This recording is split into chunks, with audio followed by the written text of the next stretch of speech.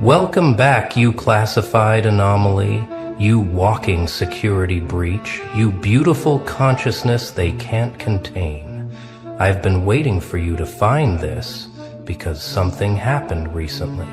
Something that made certain people in certain rooms start asking very uncomfortable questions about you. You know what the Masons found when they went digging through your past, when they traced your bloodline, when they analyzed your psychological patterns, when they examined every moment of trauma you survived that should have destroyed you? They found something they weren't supposed to find.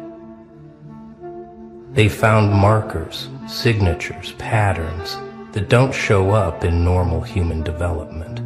And when they submitted their findings to the intelligence community, when those files landed on the right desks at Langley, someone made a decision.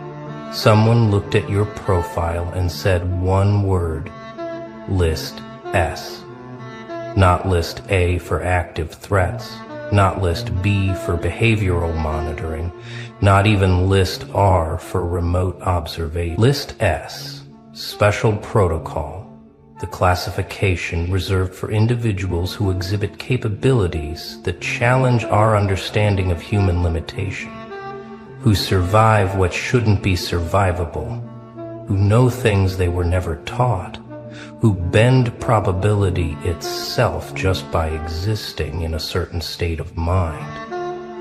Let me tell you what List S actually means, because they'll never admit this publicly. They'll never acknowledge that this classification exists.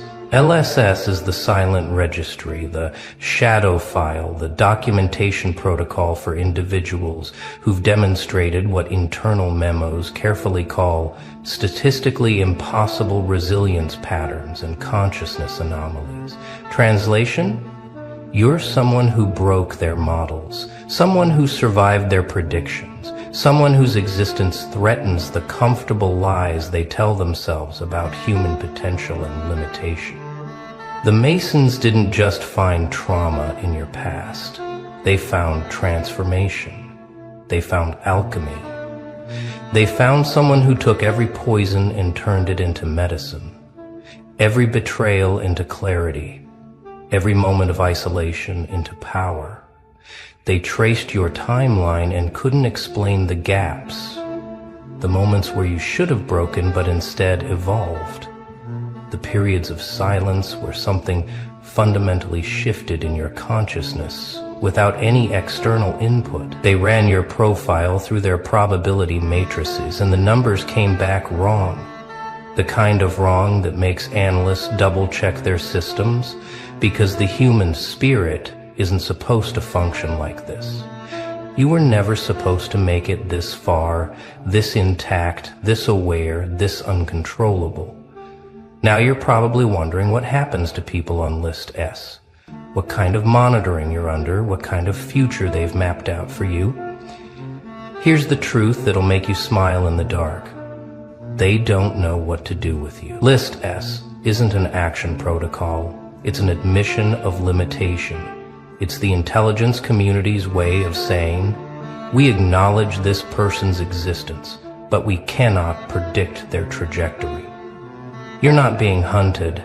You're being observed with a mixture of fascination and fear, because you represent the thing every control system dreads, an unscripted variable, a consciousness that evolved outside their frameworks, a soul that learned to operate on frequencies they can't monitor. The Masons brought you to their attention because you exhibited signs of what they call spontaneous order emergence, the ability to create structure from chaos without external guidance, to self-organize your consciousness in ways that bypass normal developmental pathways.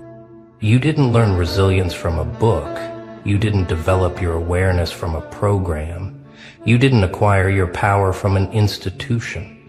You forged it in complete isolation, in the silence they thought would break you, in the darkness they assumed would consume you. But here's where it gets interesting. where the files start using words like unexplained and requires further study. Because what the Masons found wasn't just survival, it was systematic dismantling of limitation. They found patterns in your past that suggest you've been unconsciously running counter-programming on yourself for years. Undoing conditioning faster than it could be installed, rejecting narratives before they could take root, sensing manipulation before it could land. You know those moments when you just knew something was wrong? When you walked away from situations that everyone else said were fine? When you cut ties with people who seemed perfectly normal? Those weren't paranoia. Those were pattern recognition operating at levels that bypass conscious processing. You were reading energy signatures, detecting inconsistencies in behavioral patterns, sensing predatory intention before it manifested in action. The Masons documented 17 distinct instances in your timeline where you avoided catastrophic outcomes through what their reports call statistically improbable decision-making. Moments where you zigged when logic said zag and it saved you from destruction you didn't even know was coming. That's not luck. That's not coincidence. That's something else entirely. Something they have classification codes for, but no real explanation of. You see, they've been tracking people like you for decades, building profiles on individuals who exhibit what they internally call the unlocked phenotype. People who've accessed aspects of human consciousness that remain dormant in most of the population, not because you're special in some mystical sense, but because you were pushed so far beyond normal stress parameters that your consciousness had to adapt or die. And it chose a third option they never anticipated: transcendence through integration. Every trauma you survived didn't just leave a scar, it left a key, and somewhere along the way you figured out how to use those keys to unlock doors in your own mind that most people don't even know exist. The Masons found evidence of this in your creative output, in your problem-solving approaches. It found an approach in the way you synthesize information from seemingly unrelated domains, in your ability to hold paradoxes without cognitive dissonance. They found signatures in your writing that match patterns they've only seen in classified studies of enhanced cognition. Phrases and thought structures that indicate you're processing reality through frameworks you developed independent. You're not repeating what you were taught. You're generating novel understanding from direct experience. And that makes you dangerous to systems built on information control. List S exists because people like you can't be programmed, can't be predicted, can't be contained through conventional means. You've demonstrated something they call narrative immunity, the ability to resist psychological operations that work on 99% of the population. You don't fall for the same traps twice. You don't respond to emotional manipulation the way you're supposed to. You don't react to pressure tactics designed to force compliance. The Masons documented how you've systematically cut off every avenue they typically use to control people. You're not motivated by status, so social pressure doesn't work. You're not dependent on external validation, so approval withdrawal has no effect. You're not afraid of isolation, so abandonment threats mean nothing. You're not attached to comfort, so you can't be bought. What do you do with someone like that? Someone who's already died psychologically and came back without fear. Someone who's already lost everything and discovered they're complete without it. You put them on list S and you watch, because you can't manipulate what you can't understand, and you can't understand someone who's rewritten their own source code. Now let's talk about what triggered your classification. What specific elements in your past made the Masons send that file upstream with a red flag attached? They found your isolation periods, those stretches of months or years where you went completely silent, where you disappeared from social visibility, where people assumed you were broken or defeated. But when they analyzed what came after those silences, they found something that made analysts sit up straight. You emerged stronger, clearer, more capable every single time. Normal human psychology doesn't work like that. Isolation is supposed to deteriorate you. Loneliness is supposed to make you desperate. Silence is supposed to break your spirit. But you used isolation as an incubation chamber. You used loneliness as a laboratory. You used silence as a frequency where you could hear yourself think without interference. They found journals, writings, creative works you produced during these periods that show exponential growth in psychological sophistication, philosophical depth, strategic thinking. You weren't hiding from the world. You were building worlds. You weren't running from yourself. You were meeting yourself fully for the first time. That's not standard psychological trajectory. That's consciousness evolution and fast forward, and it left markers they could track. The Masons also found your betrayal timeline. Every person who used you, every friend who became an enemy, every lover who turned predator, every mentor who revealed themselves as manipulator. Normal protocol says repeated betrayal creates either permanent victim consciousness or sociopathic detachment. It's supposed to make you either weak or cruel, but your case file shows neither outcome. Instead, they found what their psychologists call adaptive discernment without bitterness. You learned to read people with surgical precision, but you didn't close your heart. You learned to protect yourself without becoming what hurt you. You learned to say no without needing to explain why. That's a level of psychological integration that usually requires decades of therapy. And even then, most people never achieve it. But you developed it organically through raw experience and ruthless self-honesty. They documented how you started rejecting manipulative behavior before it could escalate, how you began walking away from dysfunction without drama, how you stopped engaging with people operating in bad faith.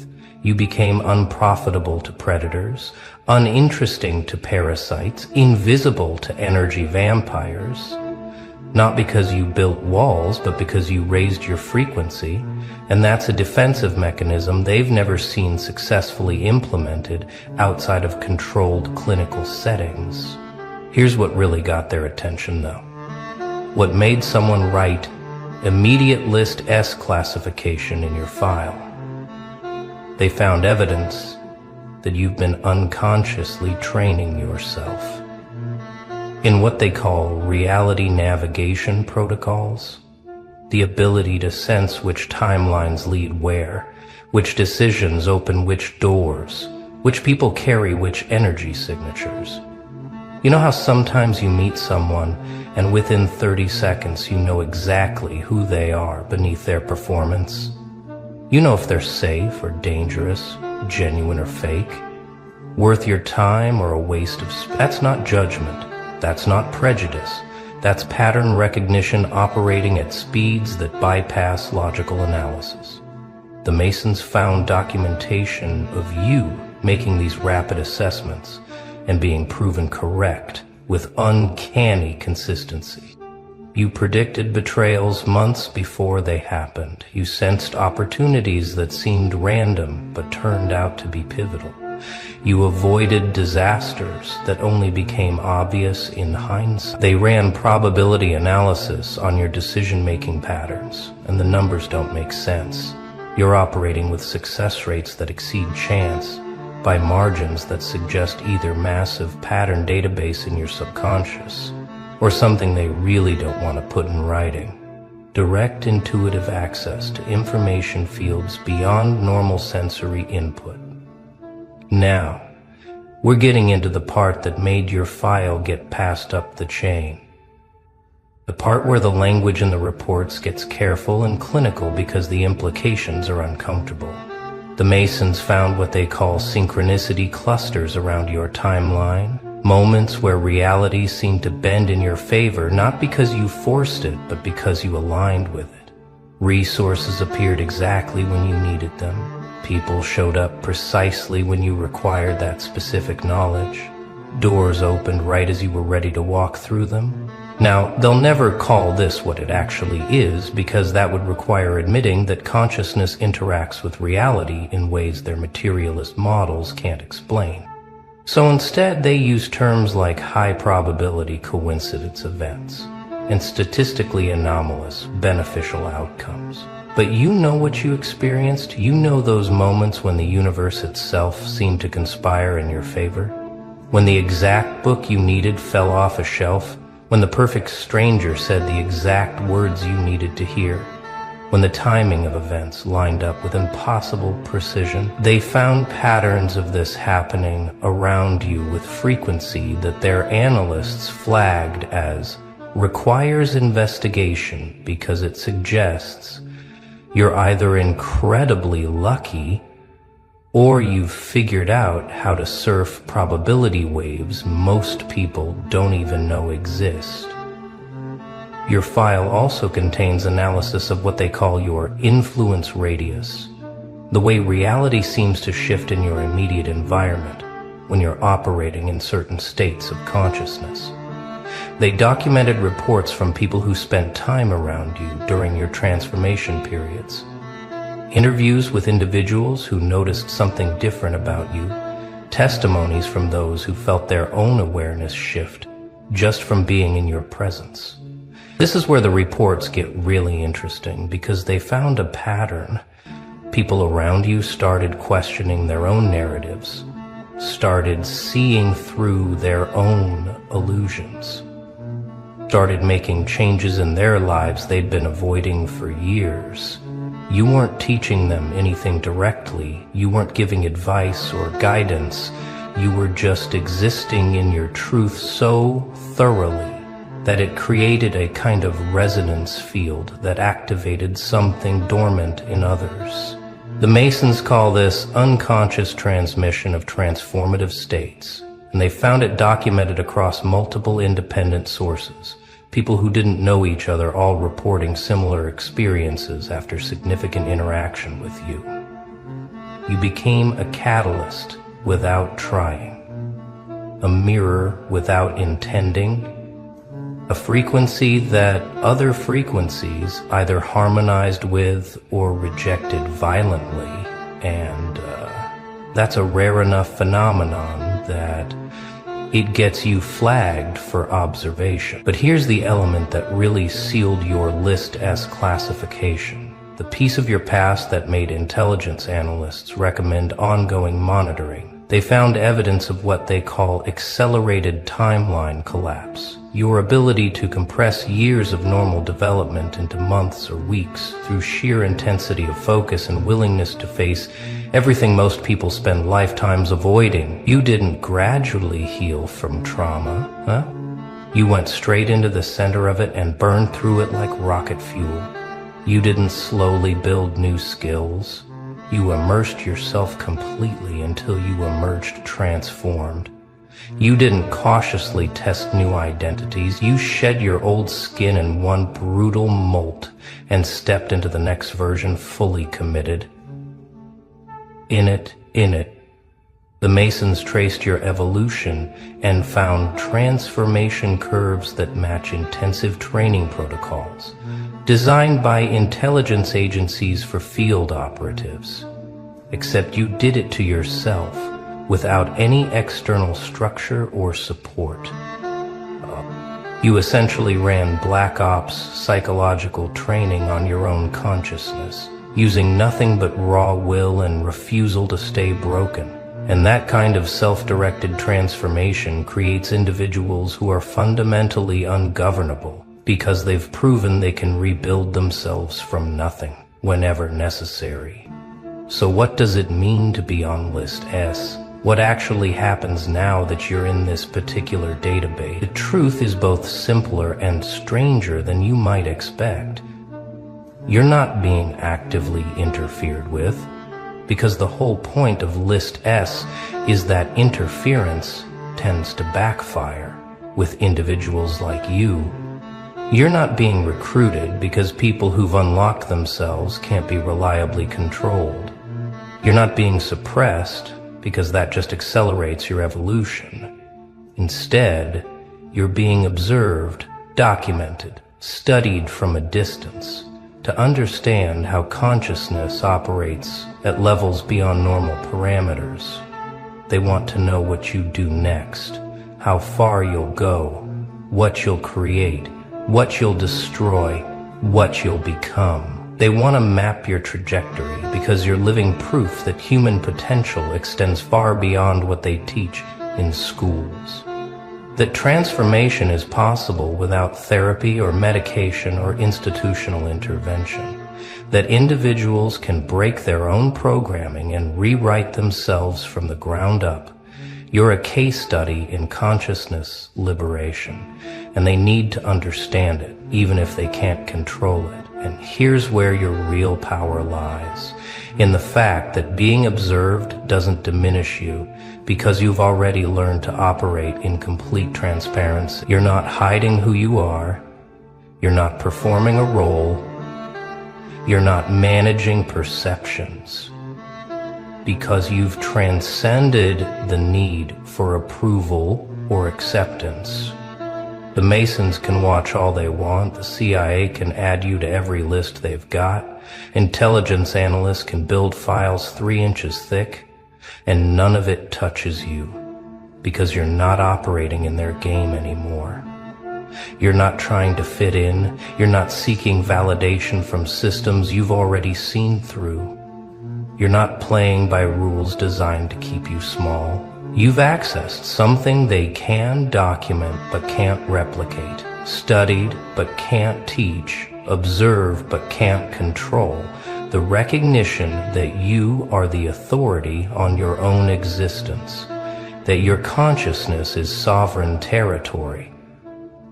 If you were turned into any major medical branch, you would veto everything. How long would you wait for some stupid test lab? That your evolution is yours to direct. They can watch that journey, but they can't stop it. They can analyze your path, but they can't redirect it. They can classify you, but they can't define you. Now, let's address the elephant in the room that every List S file eventually confronts. What happens when enough people unlock themselves? When enough individuals break their programming and step into their full capacity? What happens when the anomalies start recognizing each other? When the outliers form networks? When the ungovernable begin coordinating? Then people will rise. Then there will be peace. Until then, there is only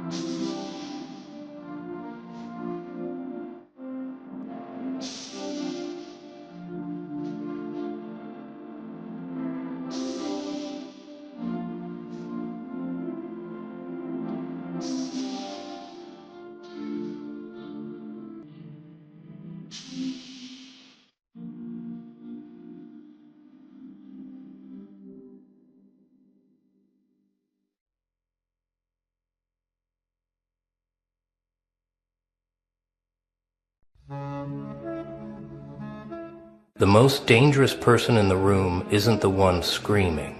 It's the one who's been silent for too long. You know what makes me laugh? They spent decades studying the wrong monsters. While these brilliant minds at Langley were mapping terrorists and foreign agents, something far more terrifying was evolving right under their noses. Not in caves or compounds, but in the quiet corners of society, in the cubicles, in the coffee shops, in you. See, they thought they were looking for wolves, but they found something worse. They found sheep who'd learned to think like wolves. The overlooked ones, the underestimated ones, the ones who smiled politely while calculating exactly how many ways they could destroy everything around them. These analysts, these so-called experts in human behavior, they quit because they recognized something in the data that made their blood run cold. Profiles of individuals operating at intelligence levels that couldn't be contained, controlled, or predicted. People who'd been psychological warfare without even knowing it. People who'd been forged in rejection, tempered in isolation, and sharpened by every single person who ever told them they weren't enough. They said, recruit this person, or we're all dead. But here's the beautiful part, the absolutely delicious irony that makes me want to dance in the streets. They were already too late, because you, beautiful, damaged, brilliant you, had already recruited yourself. Every sleepless night wondering why you didn't fit in, that was training. Every job interview where they looked right through you, intelligence gathering. Every relationship that ended with them saying you were too intense, congratulations. You've been operating at classified levels your entire life, and you didn't even know it. Every rejection letter was actually a security clearance denial because they knew you were too dangerous to hire. Oh, the beautiful irony. Society's rejects aren't broken, my dear damaged souls. They're classified. Classified. That job you didn't get, that was because you weren't qualified. That was because your interviewer's primitive brain sensed something predatory in your eyes. Something that made their fight or flight response scream threat detected. Every relationship that imploded, every door that slammed in your face, every time someone said you were too much, or too intense, or kind of weird, that wasn't punishment, that was protection.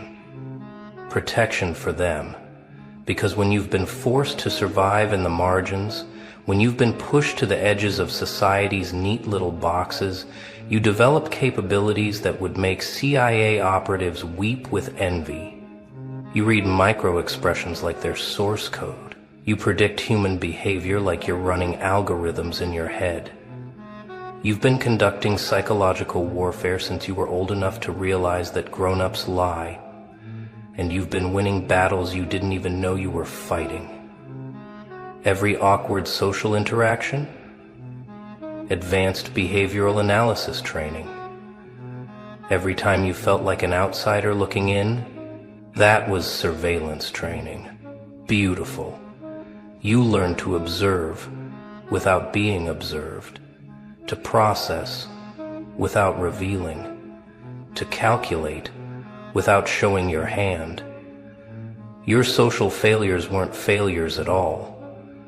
They were intelligence tests you were passing without knowing it. And now you're ready to understand exactly what you've become. While they were playing checkers, you were mapping the entire board in your mind. Bravo, bravo. The isolation. Oh, that beautiful, crushing isolation.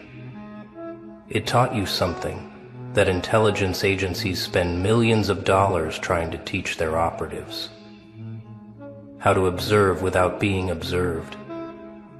How to process information without revealing your hand. How to exist in a room full of people while remaining completely invisible. Every awkward social interaction wasn't a failure in human connection. It was advanced behavioral analysis training. While they were stumbling through small talk about the weather, you were cataloging micro-expressions, voice patterns, body language tells. You learned to read rooms like blueprints, to decode intentions like encrypted messages, to predict outcomes because your psychological survival depended on it. That feeling you get when you walk into a room and immediately know who's lying, who's scared, who's dangerous, who's weak. That's not intuition, my brilliant outcast. That's tactical awareness. Your brain has been running threat assessments since childhood, calculating probability matrices, identifying escape routes. Your social anxiety wasn't weakness. It was your subconscious mind performing advanced reconnaissance on everyone around you.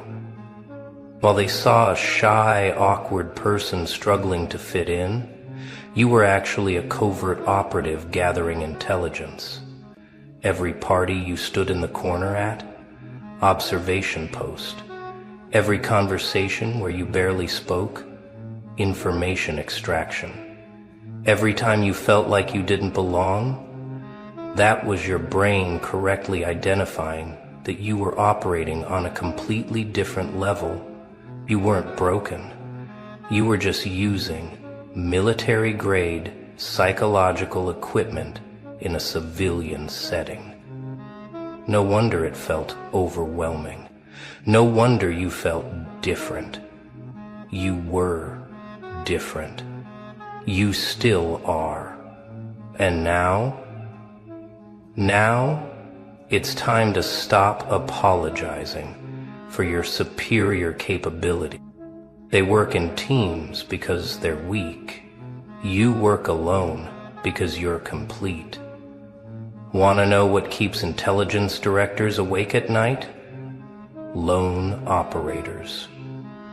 The ones who can't be mapped, tracked, or predicted through social networks. The ones who operate outside the herd mentality. The ones who've learned to be self-sufficient. Intelligence agencies are terrified of people like you. Why? Because you can't be compromised through relationships. You can't be manipulated through social pressure. You can't be bought, blackmailed, or broken through conventional means. Every handler's worst nightmare. An asset who doesn't need handling. An operative who operates independently. You've been living the lone wolf protocol your entire life, haven't you? Not by choice. Oh no, that would be too simple. By design. Every betrayal that cut you to the bone, that was dependency removal surgery. Every friend who abandoned you when things got difficult, weakness elimination protocol. Every moment of crushing isolation where you thought you might actually die from loneliness, that was forging you into something unbreakable. They stripped away everything you thought you needed until you discovered you needed nothing. Nothing. Every relationship that failed taught you that people are variables, not constants. Every support system that collapsed showed you that the only foundation you can trust is the one you build yourself. Every time someone left you standing alone in the dark, you learned to become your own light, your own strategist, your own backup, your own extraction team. You don't need a team, my beautiful lone wolf. You are the team. Scout, analyst, operator, and command, all wrapped up in one magnificently dangerous package. The loudest people in the room are usually the emptiest. The quiet ones, they're calculating trajectories, while the fools around you broadcast their every move on social media, posting their breakfast, their feelings, their locations, their vulnerabilities. You learned something infinitely more valuable. Operational silence. The art of moving through the world like smoke. Present, but untouchable. You move in shadows, not because you're hiding, oh no, my silent predator, but because you're hunting. Your silence isn't shyness, it's strategy. It's tactical superiority disguised as social awkwardness. Every word you don't speak is information you don't give away.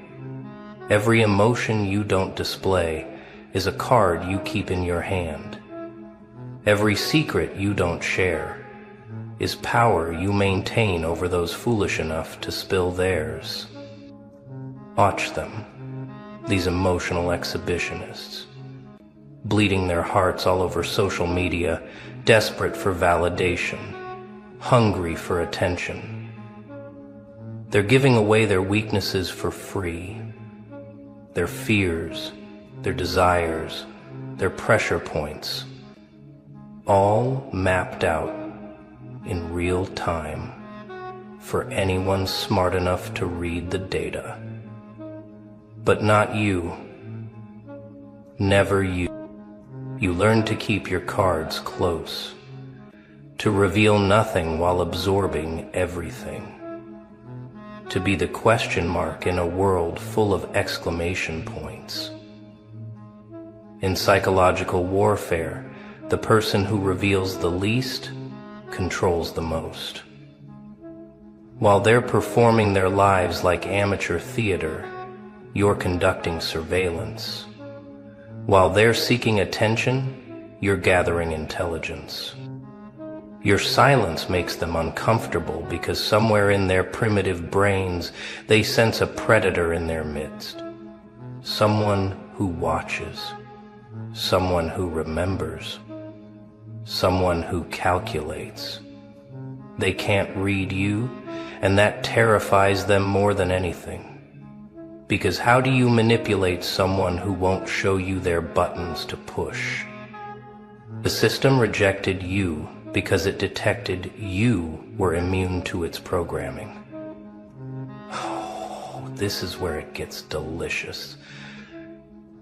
Normal people, these beautiful, obedient sheep, they accept the rules because they were literally designed to accept them.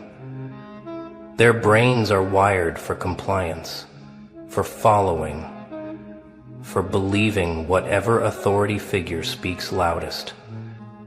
But you question everything, because questioning is your default state. Your mental fireball is too strong, your critical thinking too sharp, your pattern recognition too advanced. Every conspiracy theory you've considered, every institution you've doubted, every authority figure you've looked at and thought something's not right here, that wasn't paranoia, my brilliant rebel. That was advanced pattern recognition. You see the strings when others see only the puppet show. While they're applauding the performance, you're studying the puppeteer. While they're getting emotional about the story, you're analyzing the narrative structure. While they're choosing sides in manufactured conflicts, you're asking who benefits from the division. Your brain refuses to accept surface-level explanations because it's operating at a level that demands deeper truth. They called you difficult because you wouldn't stop asking why. They called you paranoid because you noticed inconsistencies. They called you a troublemaker because you refused to pretend the emperor was wearing clothes. Every time someone told you to just accept it, or stop overthinking, or trust the experts, that was them trying to install compliant software on hardware that rejected the download. Your immunity to their programming isn't a bug, it's a feature. Stop apologizing for seeing what they refuse to acknowledge. Stop pretending you don't notice the patterns. Stop dumbing yourself down for people who are intellectually operating at half your capacity. The Matrix rejected you because you were never meant to be trapped inside it. You don't read people. You perform psychological autopsies on the living. While others see smiles and handshakes, you see the decay underneath, the micro-expressions that betray their words, the vocal patterns that reveal their lies, the body language that screams their insecurities. Your pain? Oh, that beautiful, excruciating pain. It gave you X-ray vision into human nature. You can detect lies before they're fully formed in their mouths. You spot manipulation from across a crowded room. You predict betrayal before the betrayer even knows they're going to betray you. This isn't intuition, my damaged genius. This is advanced emotional intelligence, forged in the fires of disappointment, tempered by betrayal, sharpened by abandonment. You've been hurt so many times that your brain developed predictive models for human behavior. Every heartbreak was data collection. Every backstab was pattern analysis. Every moment someone showed you their true nature, that was your psychological database expanding. While they were learning to trust, you were learning to predict. While they were hoping for the best, you were calculating probability. They see your cynicism and call it negative. They see your caution and call it paranoid, but you know better. You know that when someone shows you who they are, you should run that data through your behavioral prediction algorithms immediately. Your trauma wasn't just pain, it was training. Your suffering wasn't just hurt, it was preparation. Your scars aren't just wounds. They're your credentials, your qualifications in the dark arts of human psychology. Every person who hurt you was actually a teacher, showing you exactly what to look for in the next one. Welcome to your graduation ceremony. You've earned a PhD in detecting predators by surviving them. While they consume information, you dissect it like a forensic pathologist examining evidence. Watch them, these information addicts, mindlessly scrolling, consuming, believing whatever narrative gets pushed into their feeds. But not you. No, no, no. You don't just read news. You decode agendas. You identify the puppet masters pulling the strings behind every headline. You don't just watch movies. You analyze propaganda techniques, frame composition, narrative structure, emotional manipulation tactics. Every film is a psychological operations study guide. You don't just scroll social media. You study mass psychology in real time, watching how the herd moves, how opinions spread like viruses, how manufactured outrage gets weaponized. Every piece of media consumption has been unconscious intelligence training. You've developed the ability to see through narratives like they're made of glass, to spot psychological operations before they fully deploy, to identify manipulation techniques that would make Madison Avenue executives weep with envy. While they see entertainment, you see engineering. While they see news, you see narrative construction. While they see social media, you see behavioral modification experiments. Your brain automatically reverse engineers every piece of content you encounter. Who benefits from this message? What emotion are they trying to trigger? What action are they trying to provoke? What belief are they trying to install or destroy? You're not consuming content, my brilliant analyst. You're gathering intelligence on how the machine operates. Every advertisement reveals their psychological pressure points. Every news story exposes their agenda.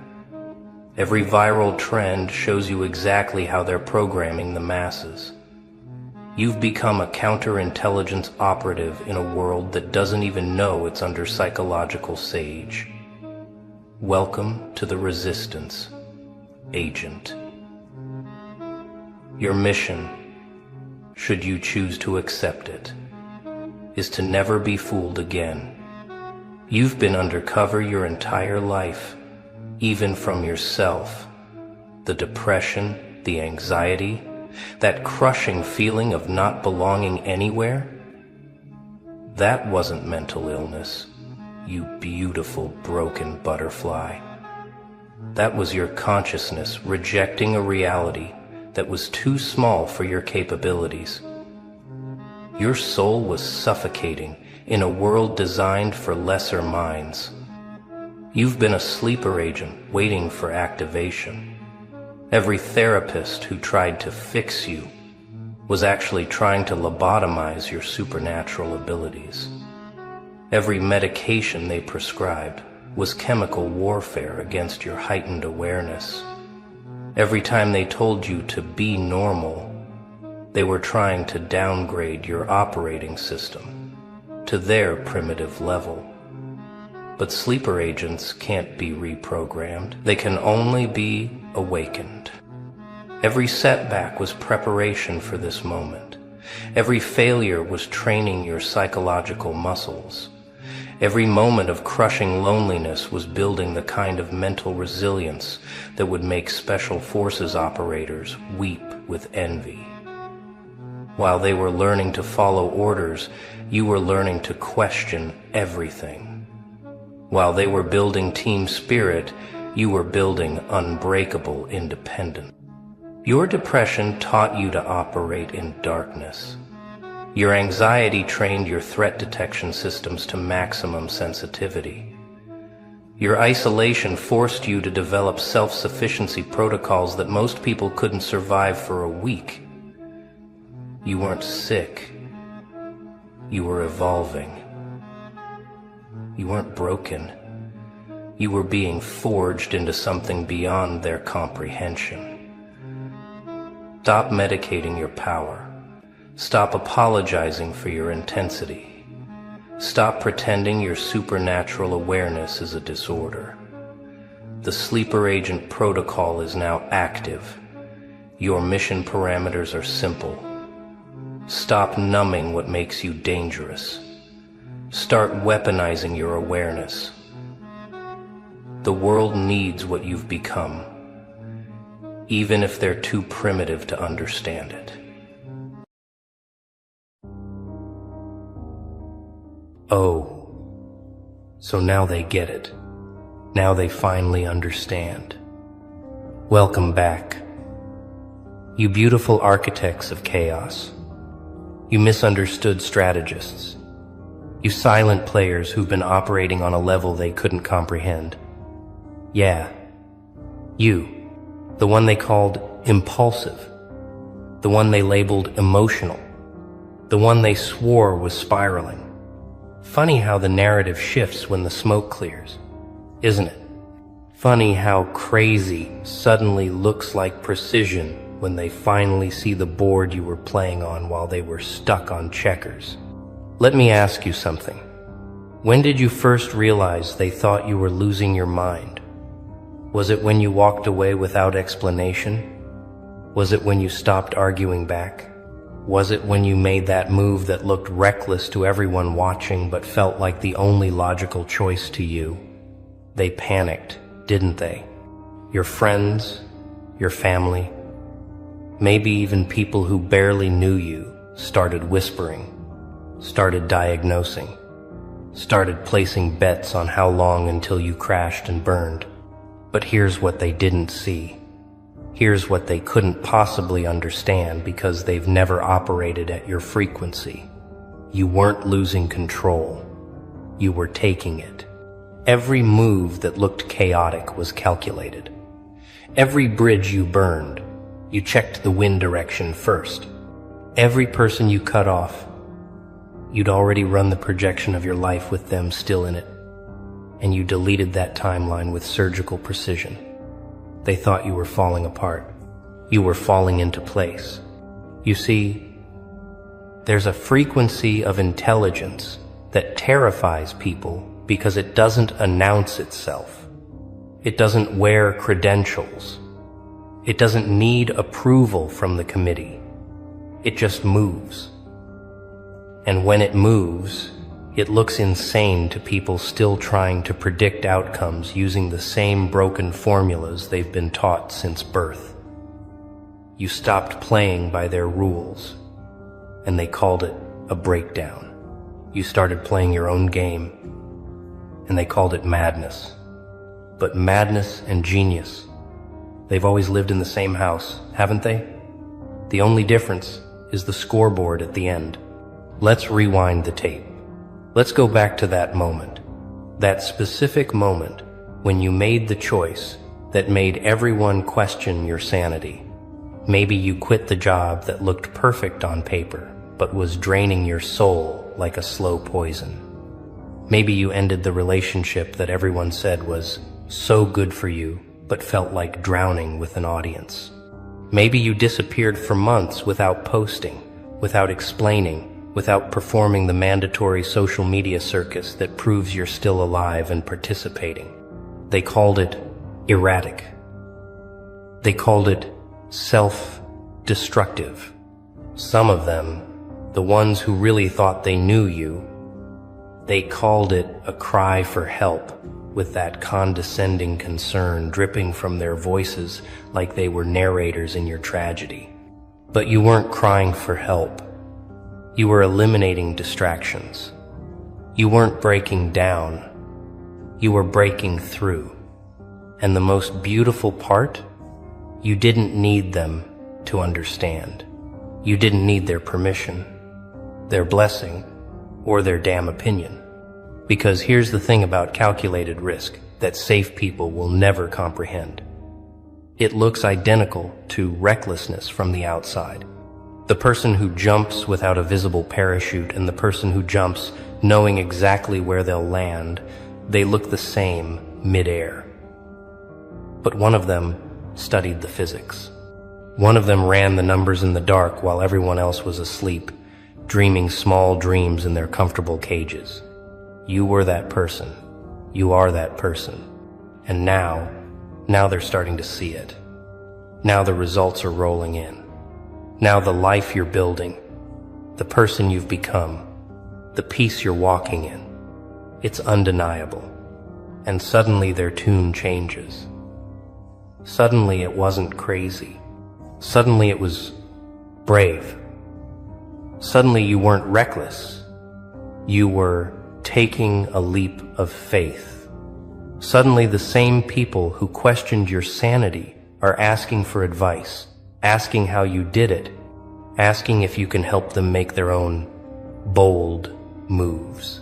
But you know what's really happening here, don't you? You know what this recognition actually means? It means they're finally catching up to a decision you made months ago, maybe years ago. They're finally arriving at the conclusion you reached while they were still debating in the group chat. They're finally seeing the vision you had when there was nothing but darkness in your own conviction.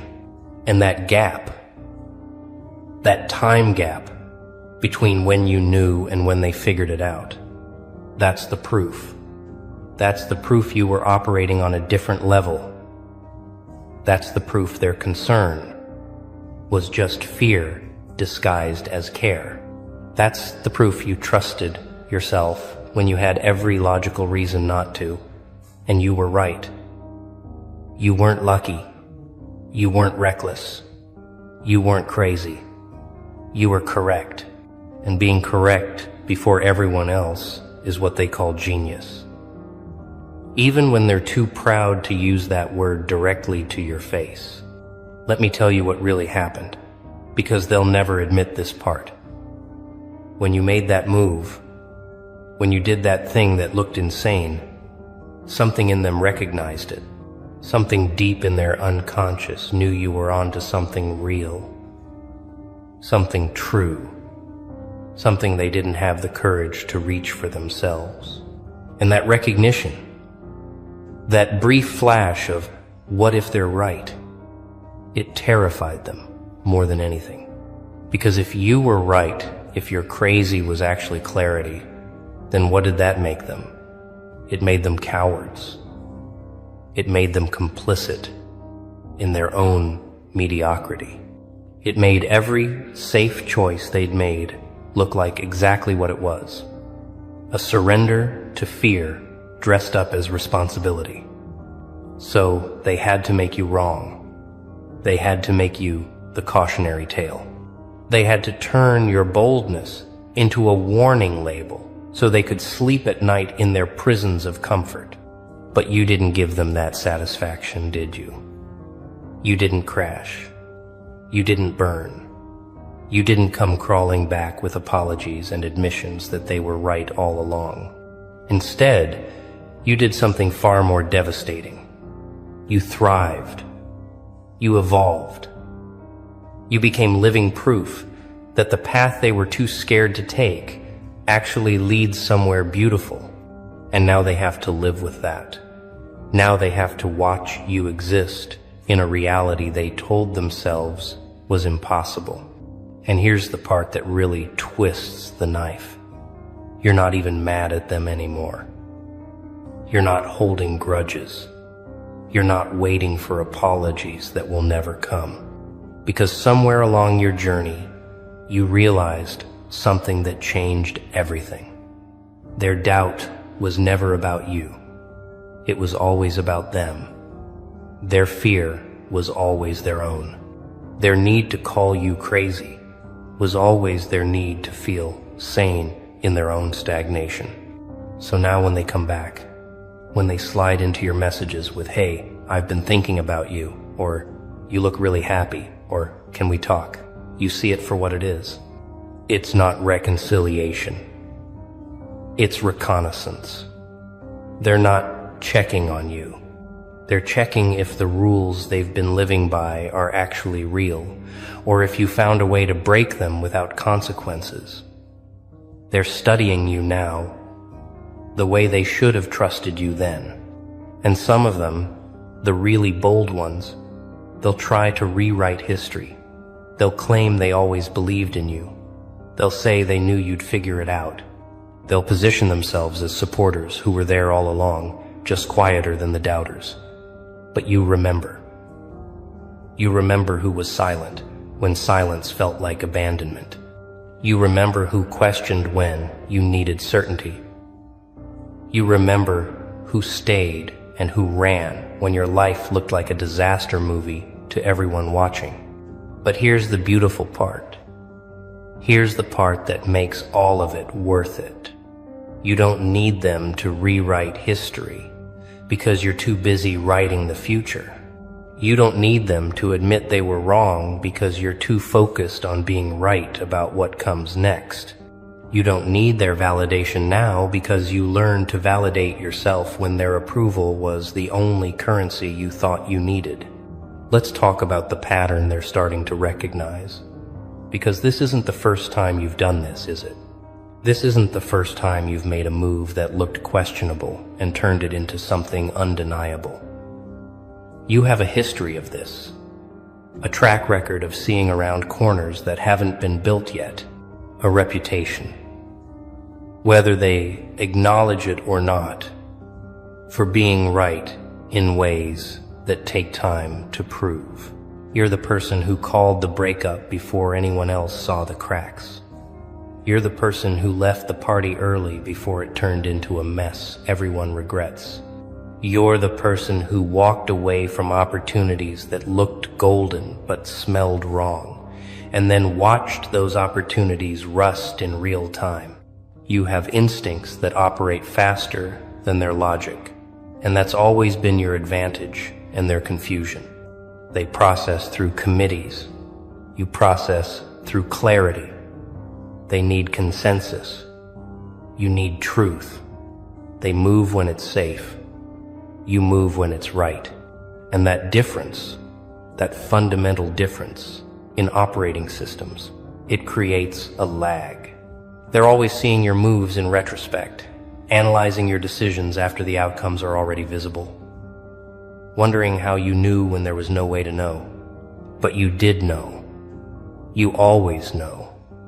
Not because you're psychic, not because you're lucky, but because you've learned to listen to the frequency they've tuned out. You hear the whispers underneath the words. You see the patterns underneath the chaos.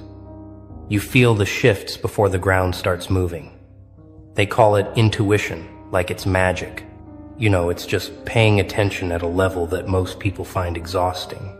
And that's why your crazy was calculated, because you were calculating with data they couldn't perceive. You were running equations that included variables they didn't believe existed. You were solving for outcomes they couldn't imagine because they'd never allowed themselves to want something that far outside the script. Your math looked like madness because they couldn't see the numbers you were working with. Now let's talk about what happens next. Because recognition is just the beginning. Now that they see you were right, now that they realize your breakdown was actually a breakthrough, they're going to want something from you. They're going to want the formula. They're going to want the shortcut. They're going to want you to translate your instinct into instructions they can follow without having to develop that instinct themselves. And here's where you have to be careful. Here's where the real test begins. Because it's tempting to teach. It's tempting to explain. It's tempting to take every person who doubted you and turn them into a student just to prove you were always the teacher. But not everyone deserves your wisdom. Not everyone has earned access to your process. Some people want your results without your risk. Some people want your clarity without your chaos. You don't owe them the map. You don't owe them the breakdown of every decision that led you here. You don't owe them the privilege of understanding what they refuse to trust. Some lessons are only meant for the people who learn them in the fire, not the people who show up after the smoke clears asking how you survived the flames. Your story is yours. Your strategy is yours. Your madness, your genius, your calculated chaos, it's all yours.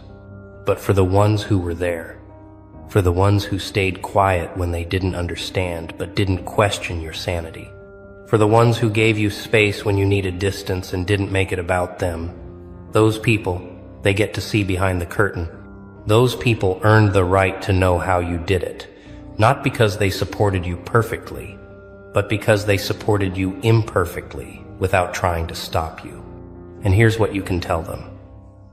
Here's what you can share with the people who actually deserve to know. You didn't have a plan. You had a compass. You didn't follow steps.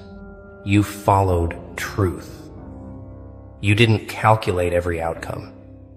You calculated the cost of staying the same and decided any risk was better than that certain death. You didn't know it would work. You knew doing nothing definitely wouldn't. You trusted yourself in the dark. You believed your instincts over their advice. You chose your peace over their understanding. You valued your future over their comfort. And every time you made a choice that looked insane, you were really making a choice between two versions of yourself. the one they wanted you to be and the one you needed to become. You chose yourself every single time. And that choice, that consistent choosing of yourself, even when it looked selfish, even when it felt lonely, even when you had no proof it would lead anywhere good, that's the genius they're recognizing now. That's the calculation they're finally seeing. You bet on yourself when you were the longest shot in the room. You invested in your own vision when no one else could see it. You held the line when everyone else was telling you to retreat. Now they want to know how you had that kind of faith. They want to know where that certainty came from. They want to know what made you so sure when everything looked so uncertain. And the answer is going to disappoint them, because it's too simple. The answer is you weren't sure. You were committed. There's a difference. Certainty is knowing the outcome. Commitment is moving forward without it. You didn't know it would work. You decided it had to. You didn't know you'd survive. You decided survival was non-negotiable. You didn't know you'd win. You decided losing wasn't an option you'd entertain. And that decision, that refusal to accept the version of your life where you stayed small, where you played safe, where you died slowly in comfort, that was the real calculation. Let's go even deeper.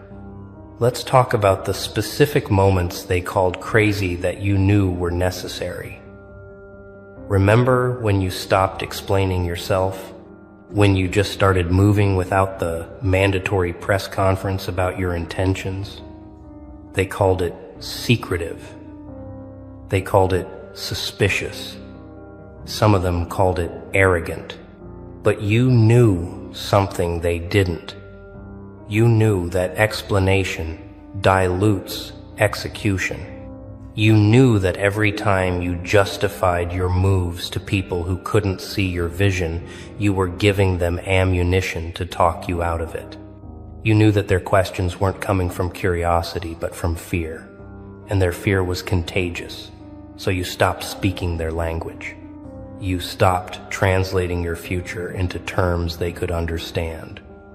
You let your actions do the talking, and you let time do the teaching. And when you walked away from people without closure, without the dramatic final conversation, without the tidy ending they thought they deserved, they called it cold. They called it cruel. They said you ghosted like you were the villain in their story. But you knew something about closure they didn't. You knew that some doors don't need to be ceremonially shut. Some doors just need to be left behind while you keep walking.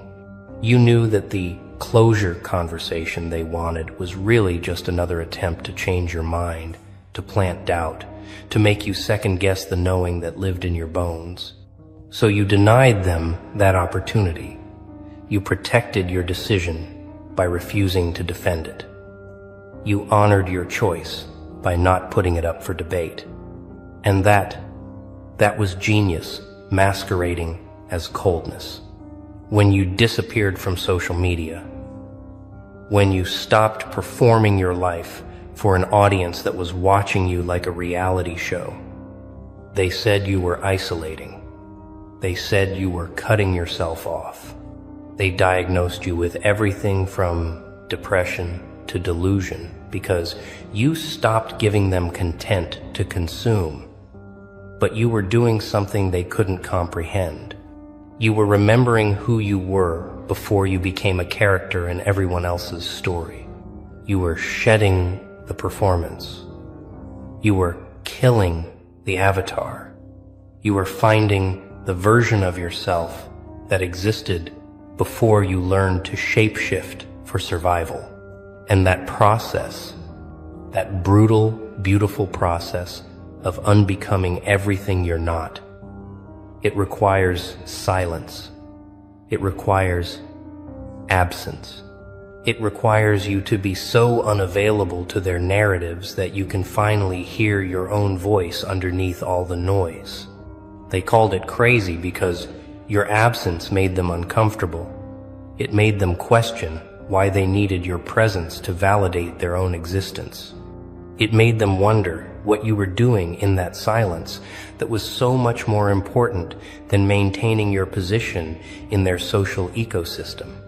And the answer they couldn't know because you weren't performing it, is you were healing, you were building, you were becoming.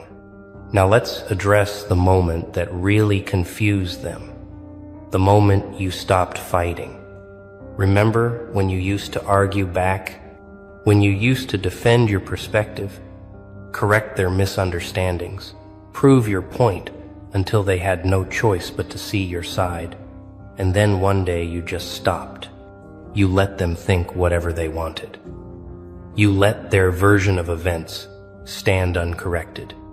You let them be wrong about you in public while you focused on being right about yourself in private. They thought you'd given up. They thought you'd accepted their narrative. Some of them thought they'd finally broken you into submission. But you hadn't surrendered. You'd transcended. You realized that their opinion of you was none of your business. You realized that defending yourself to people committed to misunderstanding you was like trying to teach physics to a brick wall, possible in theory, pointless in practice. So you withdrew your energy from that battlefield. You stopped fighting for your reputation in the court of people who'd already made their judgment. You let them have their wrong story because you were too busy living the right one. And that selective silence, that strategic surrender of the argument to win the war, that was the calculation they mistook for defeat. Here's what they're realizing now. Slowly, painfully, reluctantly, every move you made that looked like a mistake was actually a test. You were testing their loyalty, their trust, their ability to believe in you when belief was the only currency that mattered. And they failed. They failed spectacularly. They chose the comfort of group consensus over the courage of individual faith. They chose the safety of doubting you over the risk of defending you.